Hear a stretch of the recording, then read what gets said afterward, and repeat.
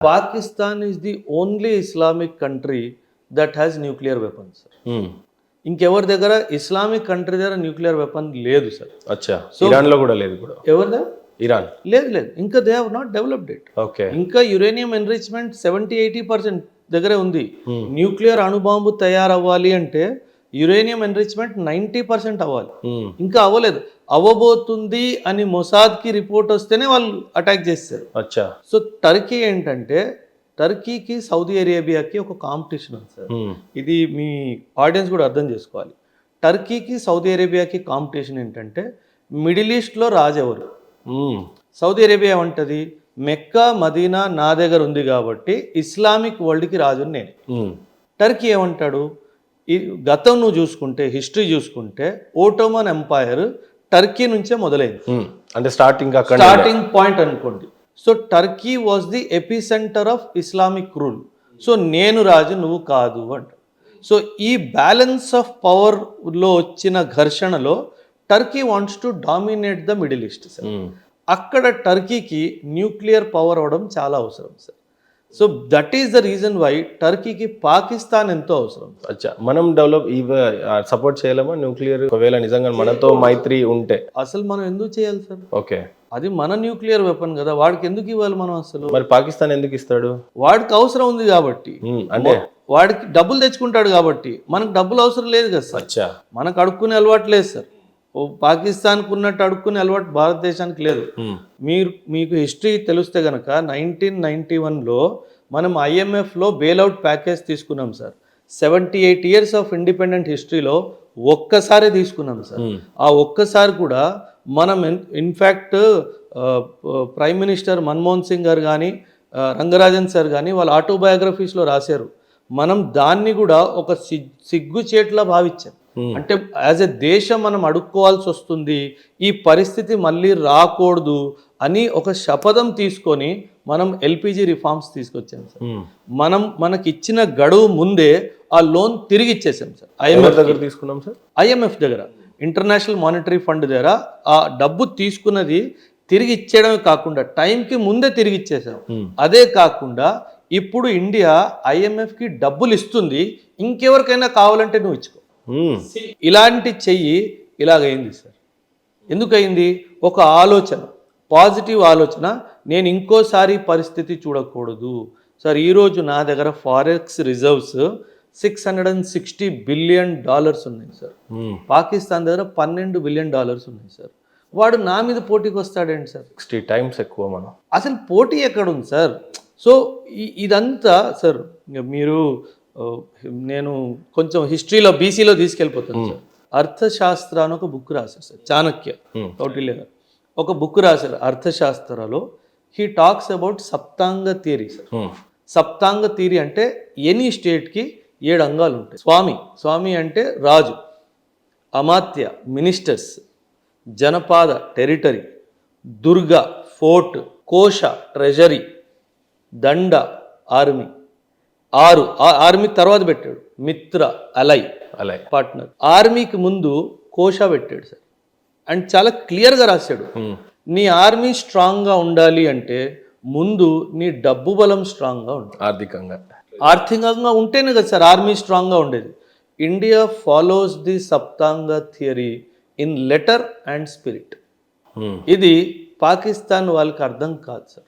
వీళ్ళు ఆర్మీ అంటారు, ఆర్థికంగా శూన్యం సార్. ఆర్థికంగా పాకిస్తాన్ ఈరోజు శూన్యం. డబ్బులు ఎవరన్నా మన కటోరాలో వేస్తే తినే పరిస్థితి వాళ్ళది.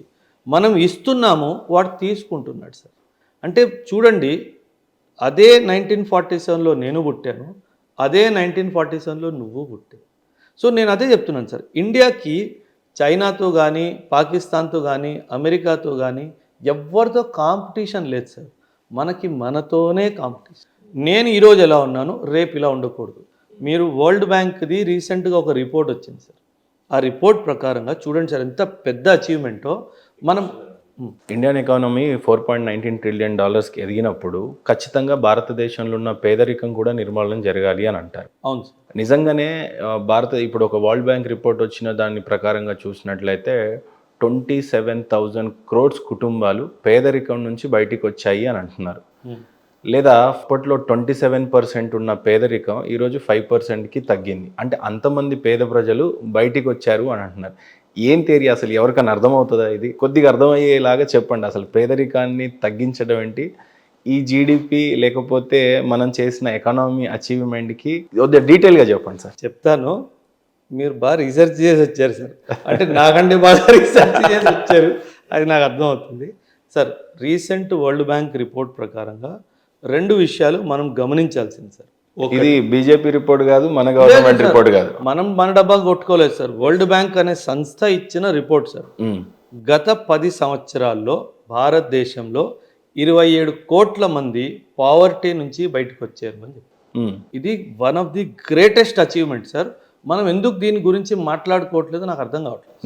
మీరు అన్నట్టుగా ఆర్సీబీ గెలిచింది దాని మీద మాట్లాడుతున్నాము, రోడ్ షోస్ జరుగుతున్నాయి, కానీ దీని మీద రోడ్ షో ఎందుకు జరగట్లేదు నాకు అర్థం కావట్లేదు సార్.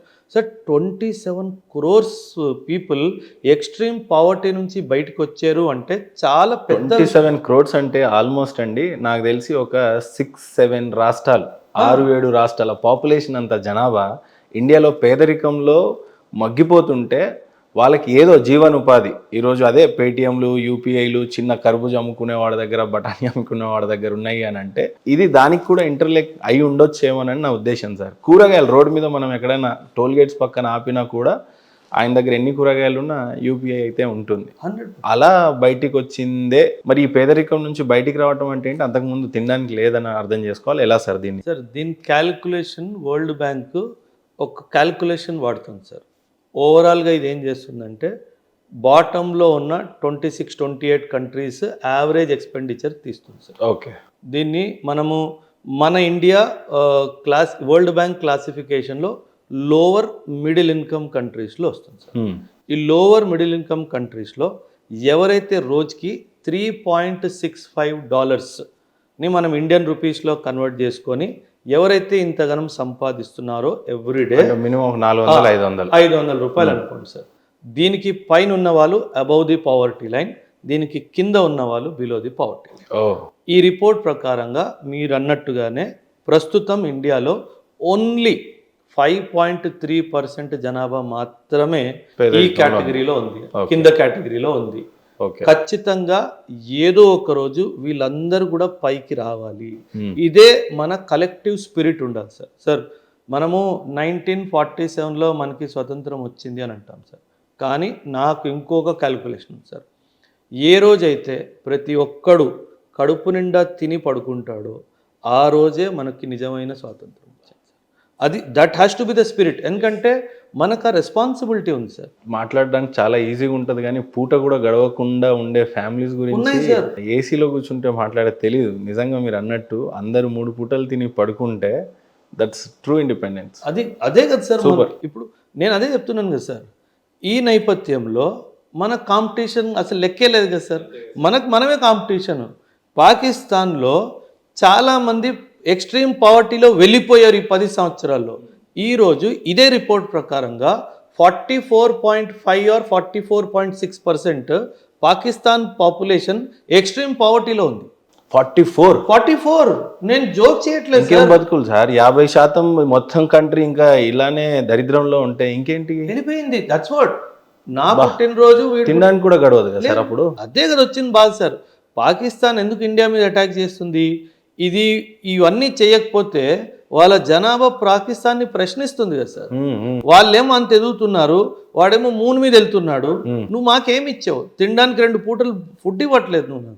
సో ఇవన్నిటి నుంచి వాళ్ళ మైండ్ని డైవర్ట్ చేయడానికే కదా సార్ యుద్ధాలు చేస్తారు. అంటే ఇక్కడ వన్ నేషన్ థియరీలో ఇంటింటికి రేషన్ ఇవ్వటం అనేది ఒక గవర్నమెంట్ అసలు ఎంత పెద్ద ఇనిషియేటివ్ అని అర్థం చేసుకోవాలి సార్ దాన్ని. సార్ ఏదో ఫ్రీగా బియ్యం ఇచ్చేస్తున్నాడు అని అనుకుంటున్నాం, కానీ పేదరిక నిర్మూలన అని అంటే 5% అంటే నాకు తెలిసి అది కూడా కొంత బెగ్గర్స్ కూడా లేకుండా అవుతారేమో ఇన్ ఫ్యూచర్. అలా అండం తప్పు, అడుక్కు తినేవాళ్ళని, కానీ దేవుడు ఇచ్చిన శాపం అనొచ్చో మరి ఏంటో తెలియదు, కానీ బట్ అది కూడా ఉండదేమో సార్ నిజంగా. సార్ అప్పుడే కదా సార్ నా రియల్ ఇండియా.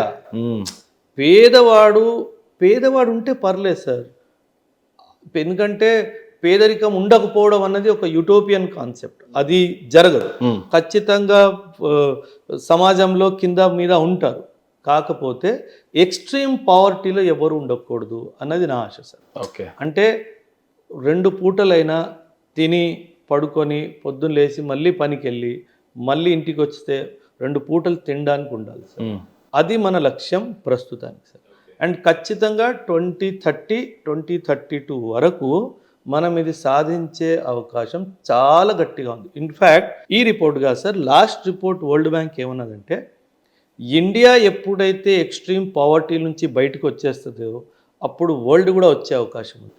అంటే ఈ బాధ్యత ఇండియా మీద ఉంది అన్నట్టుగా మాట్లాడింది సార్. జస్ట్ ఇమాజిన్ అంటే ఇండియా ఒకవేళ పావర్టీ నుంచి బయట వచ్చింది అంటే ఇది వరల్డ్కి కూడా ఒక ఎగ్జాంపుల్లా అవుతుంది. ఇంత పెద్ద జనాభా చాలా సార్, 144 అంటే సార్ మామూలు సార్. ఇప్పుడు ఎందుకు అమెరికా పరిగెట్టి మన దగ్గరకు వస్తుంది, ఎందుకు రష్యా మన దగ్గరకు వస్తుంది, ఎందుకు చైనా మనతో గొడవకు రావట్లేదు? ఎందుకంటే future market is India, population ఇక్కడే ఉంది. And we are not export economy, we are import economy. మనం ఎక్స్పోర్ట్ చేయము, మనం ఎక్కువ ఎవరైనా మన మీద బిజినెస్ చేసుకోవాల్సిందే. 100 సార్. బిజినెస్ ప్రాస్పెక్ట్స్ వచ్చే 50 సంవత్సరాలు 60 సంవత్సరాలు మాత్రము ఒక రేంజ్లో భూమిలో ఉంటాయి సార్. మీరు కరెక్ట్గా ప్లాన్ చేసుకొని గవర్నమెంట్ ఎలా ఆలోచిస్తుందో మీరు అలా ఆలోచించుకొని ఆ దారిలో ముందుకెళ్తే మాత్రం 100% సక్సెస్ వస్తుంది. కాకపోతే జాగ్రత్తగా ప్లానింగ్ చేసుకొని చేసుకోవాలి. పాపులేషన్ ఎక్కువైపోయిందని బాధపడేది రోజు నుండి పాపులేషన్ ఎక్కువ ఉంది కాబట్టి అదృష్టం అనే రోజుకి వచ్చాం. డెమోగ్రాఫిక్ అది అర్థం అవుతే, డెమోగ్రాఫికల్ ఇవి అర్థం అవుతే నిజంగానే వరం లాగానే భావించవచ్చు. మన రిసోర్సెస్ మనకి ఎకానమీలో డెమోగ్రాఫిక్ డివిడెండ్ అని ఒక కాన్సెప్ట్ ఉంది సార్. ఇప్పుడు మన యావరేజ్ ఎవరైతే ఏజ్ ఉన్నారో వాళ్ళందరూ యూత్. వాళ్ళ యూత్కి స్కిల్ చేస్తే ఖచ్చితంగా దేశం బాగుపడుతుంది సార్. సార్, ఇక మీరు చెప్పిన దాన్ని బట్టి చూస్తుంటే ఇంటెలెక్చువల్స్ కోసం అయితే సరిపోతుందేమో అనుకున్నాను, కానీ ఇంటెలెక్చువల్స్తో మనకు పనిలే. ఎందుకంటే వాడికి ఆల్రెడీ అన్నీ తెలిసి ఉంటాయి. ఇన్ డీటెయిల్గా పోవాలి ఇంకా చాలా. జస్ట్ ఒక 10th క్లాస్ పిల్లోడికి కూడా ఎకానమీ చాలా అవసరం అనే పద్ధతిలో చెప్పారు మీరు. ఇప్పుడు పర్ క్యాపిటల్ ఇన్కమ్ సార్, ఎకానమీలో బాగా రోల్ ప్లే చేసేది సగటున ఒక పర్సన్ యొక్క ఇన్కమ్. దాన్ని బట్టే ప్రపంచవ్యాప్తంగా దేశం ఏ ర్యాంక్లో ఉందని చెప్తారు. ఉదాహరణకు నేను చెప్పాలి అని అంటే పర్ క్యాపిటల్ ఇన్కమ్ ఇండియన్స్లో చూస్తే సగటున ఒక వ్యక్తి యొక్క ఇన్కమ్ చూస్తే 2 lakhs అని చెప్తున్నారు మన రూపీలో చెప్పాలంటే. ఇప్పుడు ప్రజెంట్ పర్ క్యాపిటల్ ఇన్కమ్ కానీ జీడిపి కానీ ఎకానమీ కానీ సూపర్ పవర్గా ఉందైతే యుఎస్ఏ. సో నంబర్ 1 ఉన్న ర్యాంక్లో ఉన్న దేశం యొక్క per capital income 69 lakhs. 2 lakhs ఎక్కడ, 69 lakhs ఎక్కడ? సో ఇందాక మీరు చెప్తున్నట్టు 3rd ఉంటాము. ఆ తర్వాత కాంపిటీషన్ ఎలా అనేది దేశానికే వదిలేయాలి. సో పర్ క్యాపిటల్ ఇన్కమ్ విషయంలో ఈ రోజున 2 lakhs ఉన్నాం. వెరాస్ తెలంగాణ అయితే గర్వంగా చెప్పుకోవడానికి 3.95 lakhs, ఆల్మోస్ట్ 4 లక్షలు పర్ క్యాపిటల్ ఇన్కమ్లో ఉన్నాం. అంటే 2nd or 3rd, almost 4th ప్లేస్లో డబుల్ ఉన్నాం, రైట్? సో ఇప్పుడు పర్ క్యాపిటల్ ఇన్కమ్ ఫస్ట్ ఎకానమీలో ఉన్న యుఎస్తో ఎలా కాంపిటీట్ అవుతుంది, చైనాతో ఎలా అవుతుంది, ఈవెన్ జర్మనీ కూడా ఏం తక్కువ లేదు, ఆల్మోస్ట్ 34 lakhs ఏమో అనుకుంటున్నాం. సో కనీసం 3rd పోవడం కూడా కష్టంగానే కనిపించింది. అంత తొందరగా అవ్వదు సార్. ఎందుకంటే పర్ క్యాపిటల్ ఇన్కమ్ ఎలా క్యాలిక్యులేట్ చేస్తారంటే సింపుల్ సార్, కామన్ మ్యాన్కి అర్థమయ్యేలా చెప్తాను. జీడిపి డివైడెడ్ బై పాపులేషన్, అంతే. మన పాపులేషన్ చాలా పెద్దది కాబట్టి మన జీడిపి ఎంత ఎదిగినా సరే డినామినేటర్ ఫిగర్ కూడా చాలా పెద్దది కాబట్టి రిజల్ట్ చిన్నది వస్తుంది. మన పర్ క్యాపిటల్ ఇన్కమ్ పెరగాలంటే ఒకవైపు జీడిపి పెరగాలి, రెండో వైపు పాపులేషన్ తగ్గాలి. ఒక క్యాల్కులేషన్ ప్రకారము ఇది 2070 నుంచి స్టార్ట్ అవుతుంది సార్ రైజ్, మన పర్ క్యాపిటల్ ఇన్కమ్ రైజ్. ఎందుకంటే అప్పటి వరకు మన జీడిపి పైకి వెళ్తూ ఉంటుంది, పాపులేషన్ కింద రావడం స్టార్ట్ అవుతుంది. ఓకే, అంటే ఇప్పుడు మీరు చెప్తుంటే నాకు ప్రతి డాట్ కనెక్ట్ అవుతుంది సార్. ఇక్కడ అగైన్ మళ్ళీ కేంద్ర ప్రభుత్వం తీసుకొచ్చింది ఎన్ఆర్సి, సిఏఏ. దెన్ జనాభా లెక్కలు కూడా సవరించాలి. అవును, 1 nation 1 theory అగైన్ ఇక్కడ అప్లికేబుల్ అవుతుంది. అది హిందువా, ముస్లిమా, క్రిస్టియనా, సిక్కా, బౌద్ధ ఎవరైనా సరే ఇక్కడ ఖచ్చితంగా భారతదేశంలో ఉండాలంటే ఖచ్చితమైన ఆధారాలు ఉండాలి. ఒకటి, ఖచ్చితంగా ఇక్కడ ఉన్న వాళ్ళందరూ డెమోక్రటిక్గా ఉండాలి కాబట్టి ఒకళ్ళిద్దరినే కనాలి అనేది ఇప్పుడు మీరు చెప్పిన డాట్. సో ఈ CAA, NRC already they have implemented, అంటే ఆ దిశగా ప్రయత్నం చేస్తున్నారు. సో ఇవన్నీ అగైన్ కాంపిటీషన్ కోసమే జరుగుతున్నాయి అన్నట్టుగా అనిపిస్తూ ఉంది. మతపరంగా చేస్తున్నారని కొంతమంది విమర్శిస్తూ ఉన్నారు. దీన్ని ఏ రకంగా అర్థమయ్యేలా చెప్తారు? Economy, socio cultural 2 tiers of the same vehicle. Yes. ఒకటి ఎకానమీ, ఒకటి సోషియో కల్చరల్. మనం హిస్టారికల్గా మన దేశాన్ని చూసుకుంటే it is driven socio cultural. ఇప్పుడు మనం ఎకానమీని ముందు తోయడానికి ట్రై చేస్తున్నాం. ఈ సోషియో కల్చరల్ ఆస్పెక్ట్స్లో పాపులేషన్ కంట్రోల్ అన్నది కొన్ని రిలీజియస్ బిలీఫ్ సిస్టమ్స్లో లేవు సార్. లేవు. సో దానివల్ల కాకపోతే అది కూడా మారుతుంది సార్, ట్రస్ట్ మీ. ఎందుకంటే ఖచ్చితంగా, ఎందుకంటే కాస్ట్ ఆఫ్ లివింగ్ పెరిగిపోతున్న కొద్దీ ఎవరైనా సరే ఇద్దరికంటే ఎక్కువ కనే ముందు 100 సార్లు ఆలోచిస్తారు సార్. సో ఆ యూసీసీ వస్తుంది కదా సార్, ఎప్పుడైతే అంటే 27 కల్లా కాస్ట్ ఆఫ్ లివింగ్ పెరిగిద్ది, ఇంకా పెరిగిద్ది ఖచ్చితంగా ఆలోచిస్తాడు. 100%. ట్రూ. 2070 వరకు కాస్ట్ ఆఫ్ లివింగ్ ముందు పైకి వెళ్తుంది అంటే సార్, మీరు ఒక విషయం అర్థం చేసుకోవాలి సార్. మనం ఇప్పుడు ఏ ఫేజ్లో ఉన్నామంటే డెమోగ్రాఫిక్ ట్రాన్సిషన్ అంటారు. ఈ డెమోగ్రాఫిక్ ట్రాన్సిషన్లో మనం పాపులేషన్ ఇంకా ఇలా పెరుగుతూనే ఉంటుంది 2035, 40 వరకు. అక్కడ స్టాప్ వస్తుంది, ఇంకా పడిపోవడం స్టార్ట్ అవుతుంది సార్. ఆ పడిపోతున్నప్పుడు ఖచ్చితంగా మన పర్ క్యాపిటల్ ఇన్కమ్ పెరుగుతుంది. ఎఫర్ట్ చేయలేడు వాడు బయట. చేయలేడు సార్. ఖచ్చితంగా. ఒకడు 10 మందిని పెంచాలంటే అవ్వచ్చు, కష్టం. ఎందుకంటే పరిస్థితులు అలాగ అయిపోతాయి. Cost of education, cost of health బాగా పెరిగిపోతుంది కాబట్టి ఆటోమేటిక్గా జనాభా కిందికి వస్తుంది సార్. సో 2070, 2080 కల్లా మన పర్ క్యాపిటల్ ఇన్కమ్ పైకి వెళ్ళడం స్టార్ట్ అవుతుంది సార్. ఓకే. సో ఇక్కడ పర్ క్యాపిటల్ ఇన్కమ్ పెంచాలి ఉద్దేశం కాదు సార్, ఇక్కడ క్వాలిటీ ఆఫ్ లైఫ్ని ఇంప్రూవ్ చేయాలి అన్నది ఉద్దేశం. క్వాలిటీ ఆఫ్ లైఫ్ని ఇంప్రూవ్ చేయాలి.